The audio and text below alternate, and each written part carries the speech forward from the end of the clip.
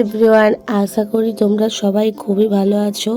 আমিও খুব ভালো আছি। তো welcome to my channel dreams world.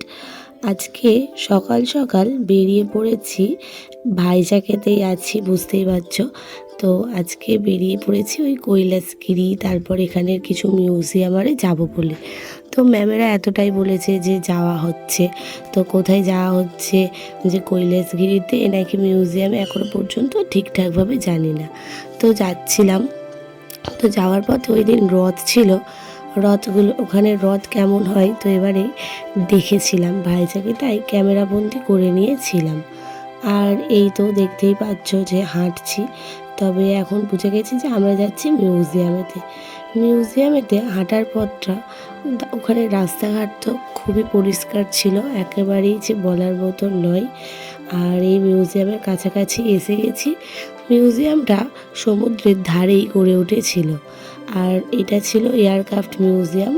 এর ভিতরে মানে কি বলবো, আমাদের যে এরোপ্লেন তার বিভিন্ন পার্টস রাখা ছিল। ওখানে যে এরোপ্লেনটা রাখা ছিল ওটা শুনেছি সত্যিকারেরই এরোপ্লেন, কিন্তু ওখানে এসে খারাপ হয়ে যাওয়ায় ওটাকে এখন মিউজিয়ামে পরিণত করা হয়েছে।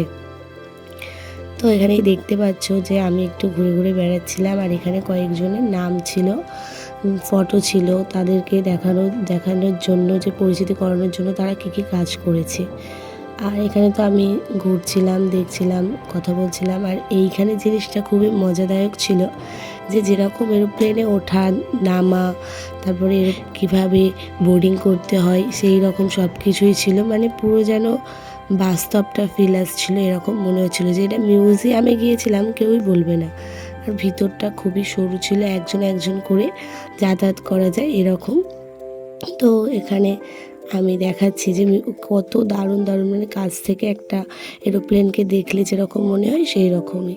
এখানে তাই সকলেই গল্প করছিল যে দারুণ জিনিসটা, আর সকলেই বিভিন্ন জিনিস নিয়েই গল্প করছিল। আর এখানে একটা জিনিস দেখাচ্ছি যে সত্যিকারের এরোপ্লেন মাথার ওপর দিয়ে চলে যাচ্ছিল, যখন আমরা মিথ্যে এরোপ্লেনের মধ্যে ছিলাম। তো এখানে আমি একটু ভিডিও করছিলাম নিজের। তারপরে আমরা খুব সুন্দরভাবে সকলে মজা করতে করতে আমরা চারপাশটা যখন ঘুরছিলাম, ঘুরে বেরিয়ে স্যার বললো তো চলো এবার বিচের ধারে যাওয়া হোক। তো বিচের ধারে যাচ্ছিলাম, আর আমি আমার বন্ধু বিচের ধারে যাওয়ার পথে কী কী করি তোমাদের দেখতেই তো পাচ্ছ যে এরকম করি।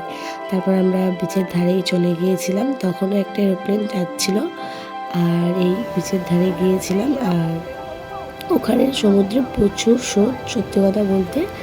তবে খুব ভালো লেগেছে, তবে পাথর ছিল। আর এখানে বিচটা না খুবই, মানে কি বলবো, এর মতন ঢালু মতন ছিল, তাই আমরা নামতে পারিনি রাতের বেলাও। আর এখানে আমরা বসে বসে সমুদ্র দেখছিলাম। তো আজকের মতন ভিডিওটা এতটাই, টাটা।